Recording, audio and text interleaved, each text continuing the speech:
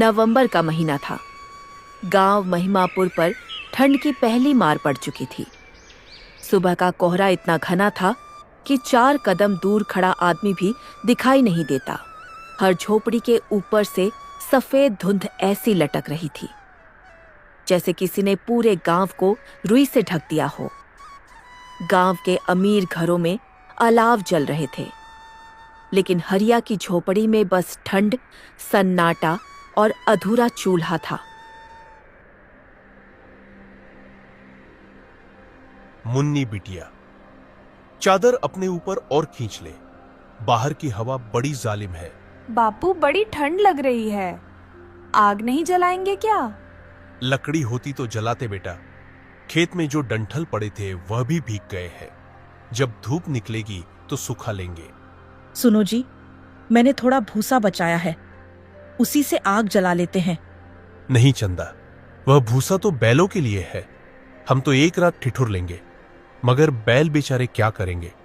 उन्हें भी तो सांस लेनी है। झोपड़ी के बाहर हवा सरसराती रही। दीवारों के बीच से बर्फीली हवा अंदर घुसती रही। गांव के अमीर सेठ हरिराम के यहाँ आज जश्न था। बेटी की सगाई हो रही थी। चारों ओर रोशनी, ढोलक और पकवानों की खुशबू फैल रही थी।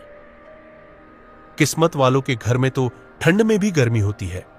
हमारे हिस्से बस धुआं, ठिठुरन और भूख ही आई है। हरिया ने आसमान की ओर देखा। धुंध के बीच कहीं चांद दिखाई दे रहा था। उसे लगा जैसे भगवान भी कहीं ठंड में सिमट गया हो, और वह सोचता रहा, क्या इस सर्दी में हमारी किस्मत भी जम जाएगी? रात भर की ठंड नहीं, जैसे हर चीज को जमा दिया था। सुबह होते ही सूरज की किरणें तो दिखी, पर उनमें वह गर्मी नहीं थी जो शरीर को राहत दे सके। गांव महिमापुर अभी भी धुंध की चादर में लिपटा पड़ा था। खेतों के ऊपर सफेद पल ऐसे जम गया था जैसे किसी ने दूध उड़ेल दिया हो।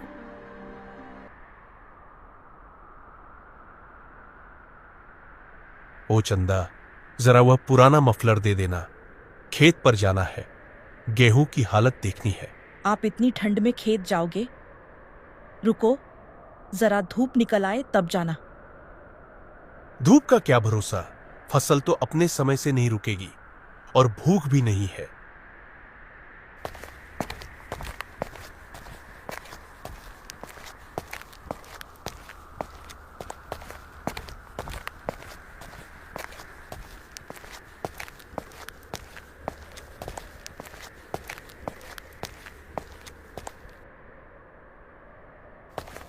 हरिया अपने पुराने जूते पहनकर खेत की ओर चल पड़ा। कंधे पर फावड़ा, शरीर पर मफलर और पैरों में ठंड की चुभन। हर कदम पर लगता जैसे जमीन की ठंड पैर से होकर सीने तक पहुंच रही हो।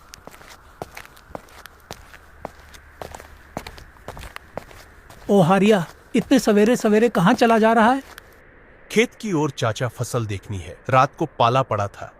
सुन बेटा, ठंड बड़ी कड़क है। हम तो उम्र के मारे घर में बैठे हैं। तू जवान है, मगर ध्यान रखना, बर्फीली हवा से सीना जम जाता है।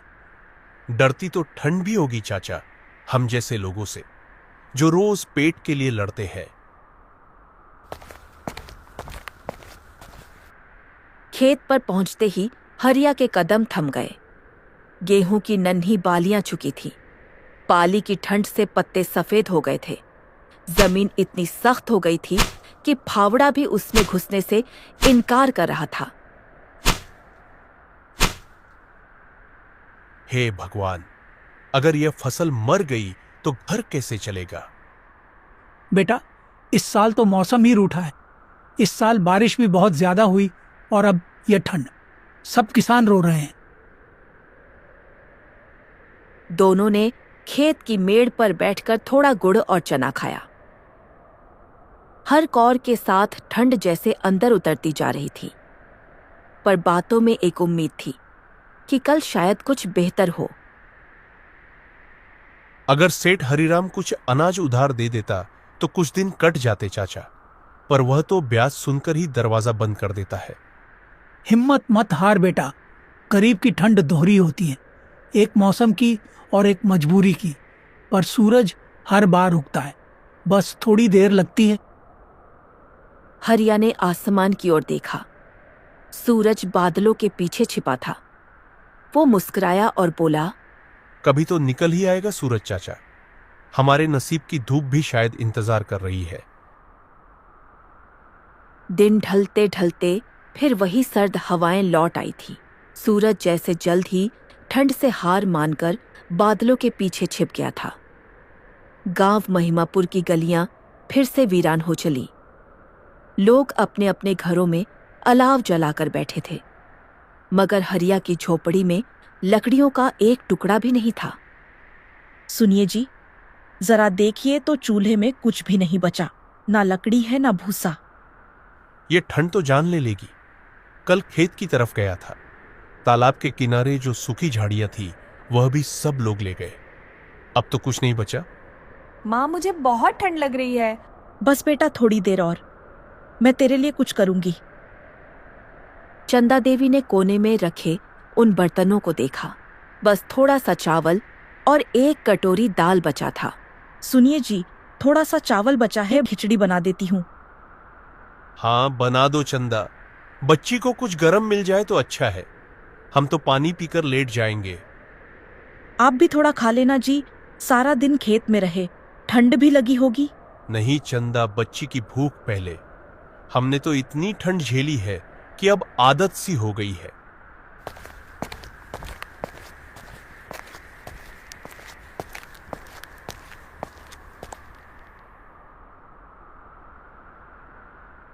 चंदा देवी ने थोड़े से पानी में दाल चावल उबालने शुरू कर दिए। माँ, खिचड़ी की खुशबू आ रही है। हाँ बेटा, अब भी खिला दूंगी तुझे। जब खिचड़ी पक गई तो चंदा देवी ने एक छोटी थाली में खिचड़ी थोड़ी सी परोसी। उसे झट से खा लिया। उसकी आंखों में अब कुछ चमक लौटी थी। आप भी खा लीजिए, थोड़ा बचा है। चंदा, तुम भी खा लो पहले। हम दोनों तो ठंड के आदी है। बच्ची पेट भर ले, वही सबसे बड़ी नियामत है। उस रात तीनों को नींद नहीं आई। चूल्हे की राख ठंडी पड़ चुकी थी और हवा अब भी दीवारों के बीच से चली आ रही थी। हरिया ने अपने बेटे और पत्नी को चादर में लपेटा, खुद किनारे बैठ गया और आसमान की ओर देखने लगा। हे भगवान, यह ठंड कब जाएगी? कब हमारे घर में भी गर्मी आएगी? उसके शब्द हवा में खो गए, जैसे आसमान ने भी जवाब देने से मना कर दिया हो। सिर्फ चांद की ठंडी रोशनी झोपड़ी की खिड़की से अंदर आ रही थी। सुबह जब सूरज निकला तो उसकी रोशनी में गर्मी नहीं, बस धुंध का पर्दा था। गांव महिमापुर की गलियों में सन्नाटा पसरा हुआ था, जैसे ठंड ने हर जिंदगी को जमा दिया हो। हरिया को अपने पुराने संदूक में फटा हुआ स्वेटर मिला। उसे पहनकर वह चारपाई पर बैठ गया। सुनिए जी, पड़ोसी रघुदास की झोपड़ी से कोई आवाज नहीं आ रही। सुबह से कुछ लोग बोल रहे थे कि रात बड़ी भयंकर थी। चलो चलकर देख लेते हैं। हरिया और चंदा देवी धीरे धीरे रास्ते से गुजरे। दोनों झोपड़ी के पास पहुंचे तो अंदर अंधेरा था। रघुदास अपनी झोपड़ी पर चुपचाप पड़े थे। उनकी सांसें थम चुकी थी। उनकी पत्नी दीवार से टेक लगाए रो भी नहीं पा रही थी। शरीर ठंड से अकड़ चुका था। हरिया की आंखों में यह डर समा गया था। वह जानता था अब सिर्फ भगवान ही बचा सकते हैं। हे भगवान, ठंड ने इन्हें भी नहीं छोड़ा। अब क्या होगा?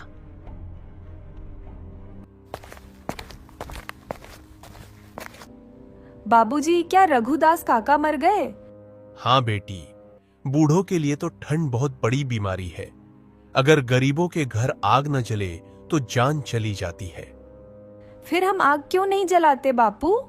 कहां से ले लकड़ी बेटी? अब जंगल भी तो सूखा पड़ा है। शाम तक खबर फैल गई। गांव में अब तक 5 लोग ठंड से मर चुके थे। गांव के चौपाल पर लोग जमा हुए।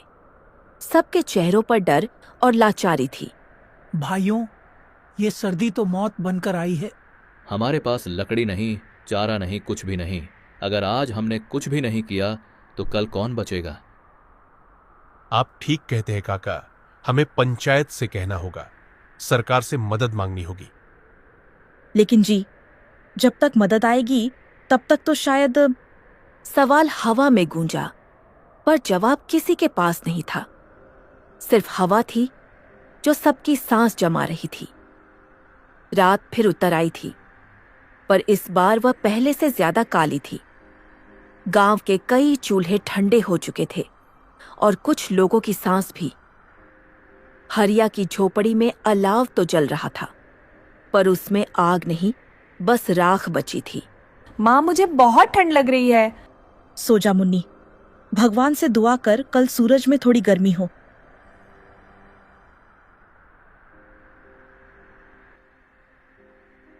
सुनिए जी, अब घर में खाने को कुछ भी नहीं बचा। भोला की खांसी बढ़ती जा रही है, कहीं कुछ इंतजाम करना होगा।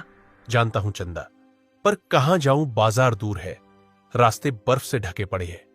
किसान हूं और खेत में बर्फ जमी है, काम ठप है। फिर भी मैं कुछ तो करूंगा। भगवान, अगर तूने मुझे हिम्मत दी है तो मैं अपने गांव को यूं मरने नहीं दूंगा। मैं जंगल जाऊंगा, भले ही ठंड काट खाए, पर गांव के लिए लकड़ी लाऊंगा। इतनी ठंड में नहीं जी, आप मत जाइए। जंगल बहुत दूर है, रास्ते में सियार और भेड़िए घूमते हैं। अगर इस बात से मैं डर गया और गांव कैसे जिएगा?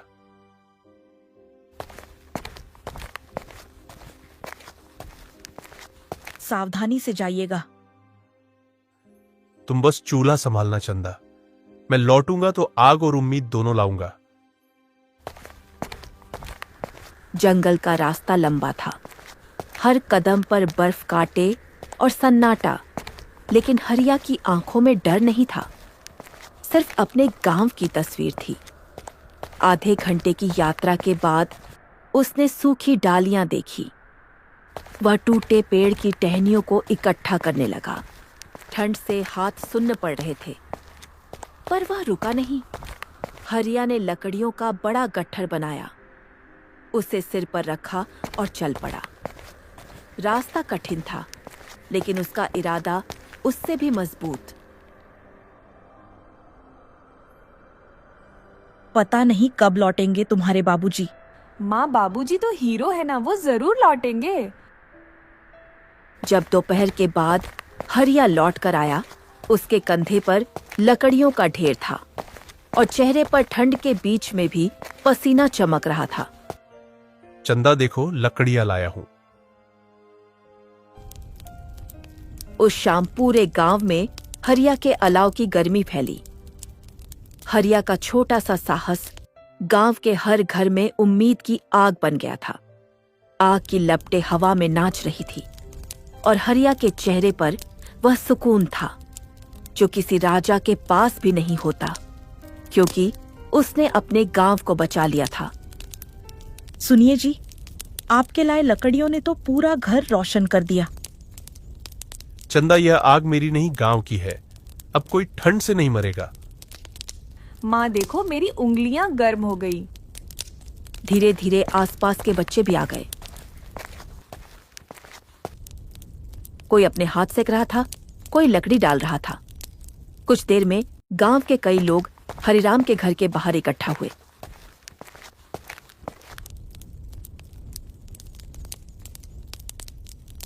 हरिया बेटा, तूने तो कमाल कर दिया। हम सब तो मौत का इंतजार कर रहे थे और तूने आग जलाकर हमें जिंदगी दे दी। मैंने तो बस हिम्मत की है। अगर सब साथ मिले तो गांव में कोई ठंड से नहीं मरेगा। हरिया की बात सुनकर सबकी आंखों में नई चमक आ गई। उस रात हरिया के आंगन में कई अलाव जले। हर घर से कोई ना कोई आया, कोई बूढ़ा, कोई बच्चा, कोई और।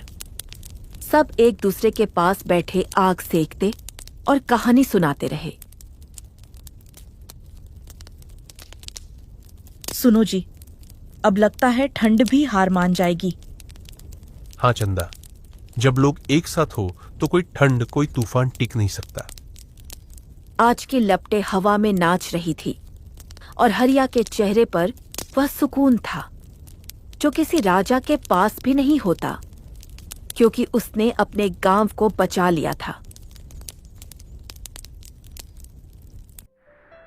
रात बीत चुकी थी। हरिया के आंगन में जलते हुए अलाव अब राख बन चुके थे, पर उस राख में भी गर्मी बची थी। माँ देखो, आज तो धूप निकली है। सूरज की यही किरण तो जीवन है चंदा। जब मन की आग जलती रहे तो सर्दी टिक नहीं सकती। हरिया ने अपने झोपड़ी की छत पर जमी हुई बर्फ को देखा, जो अब पिघल रही थी, जैसे दुख धीरे धीरे मिटते रहा हो। अरे भाई, हरिया के अलाव ने तो गांव की किस्मत ही बदल दी। सही कहा काका। पहले डरते थे ठंड से, अब बैठकर उसके किस्से सुनाते हैं। हरिया अब सिर्फ केवल एक गरीब किसान नहीं रहा, बल्कि गांव के लिए हिम्मत की मिसाल बन गया था। बच्चे उसे अलाव वाले चाचा कहकर पुकारते थे और बुजुर्ग उसकी पीठ थपथपाते थे।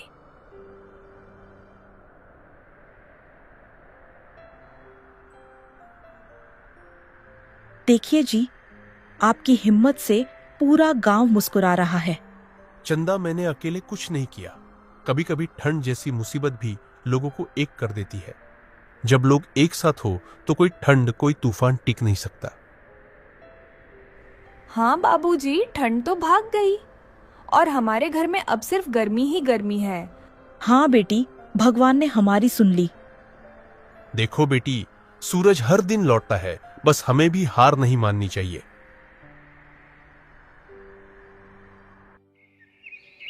गांव में पहली बार इतने दिनों बाद सन्नाटा नहीं था। हर चेहरे पर मुस्कान थी, हर घर से धुआं उठ रहा था और ठंड जैसे अब हार मान चुकी थी। और इस तरह एक गरीब किसान ने अपने साहस से पूरे गांव को ठंड से नहीं बल्कि डर से भी आजाद कर दिया। सर्दी अब कम हो चुकी थी। गांव की गलियों में बच्चों की किलकारियां गूंज रही थी। खेतों में सरसों फूल रही थी। सूरज धीरे धीरे ढल रहा था और उसकी किरणें खेतों को सुनहरा बना रही थी। और इस तरह ठंड केवल मौसम की कहानी नहीं रही, बल्कि इंसान की हिम्मत और उम्मीद की मिसाल बन गई।